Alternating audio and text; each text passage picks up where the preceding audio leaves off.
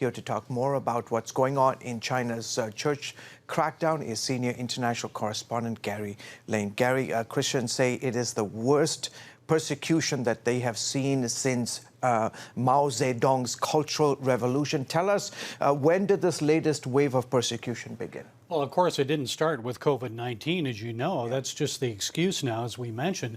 But, George, this started back in 2015, and if you recall, I know you reported about it, I did too, the removal of crosses from atop churches, mostly in Zhejiang province. Hundreds of them were removed, and then raids on churches. And you know, back in 2018, you reported this, Wang Yi. Wang Yi was the head pastor of the Early Rain Covenant Church.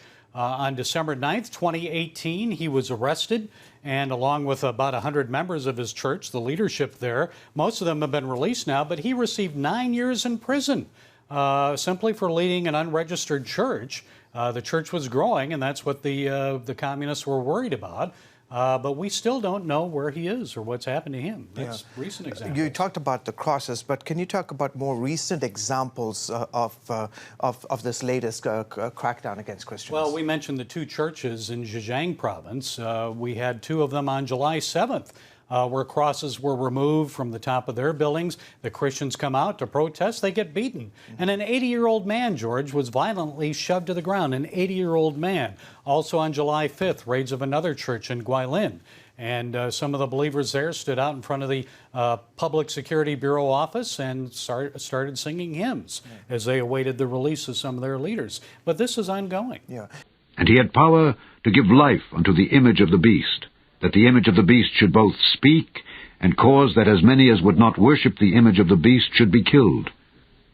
And he caused all, both small and great, rich and poor, free and bond, to receive a mark in their right hand, or in their foreheads, and that no man might buy or sell, save he that had the mark, or the name of the beast, or the number of his name. Here is wisdom.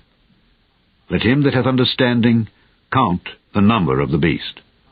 For it is the number of a man, and his number is 666. And you talk about some of these individuals. Are they actually being arrested and charged and sentenced to prison for a certain period of time? Well, they're charged. Now, whether they're sentenced to prison, they have to wait until their trial. But what is happening, George, this is all part of Sinicization, which is, in other words, it is China saying this is a new policy whereby to be a good citizen of China, you must be faithful. You must show fidelity to the Communist Party and to our leaders, to our nation. You do that by putting up posters or portraits of our leaders. Here's a church where you don't see a cross there, but you see Mao, and next to him is Xi Jinping, the president for life. No cross in that church. Also on the sides of the churches, things like propaganda posters and sayings, rather than quotes from Jesus and the Bible. And this is happening to individuals in their homes as well. Obviously very familiar to what's, similar to what's happening in North Korea. Yes. With the leaders of the Kim dynasty and so forth. Almost like a cult following. Exactly. I'm curious, what can we in the United States do? What can the President of the United States do? Well, there isn't a lot you can do, but, the President and Congress have enacted the Hong Kong Autonomy Act. In addition to that, for the Uyghur Muslims, the Uyghur Human Rights Act, those things can punish the Chinese and individuals who are involved in violating human rights of the people. But Christians say we need something like that. Well, there is the International Religious Freedom Act, which grants the President and members of Congress the authority to enact legislation that would punish individuals who violate human rights. Beyond that, George, I would say pray. We as believers need to pray for the Christians like Pastor Wang Yi. Nobody knows where he is. He's suffering in prison.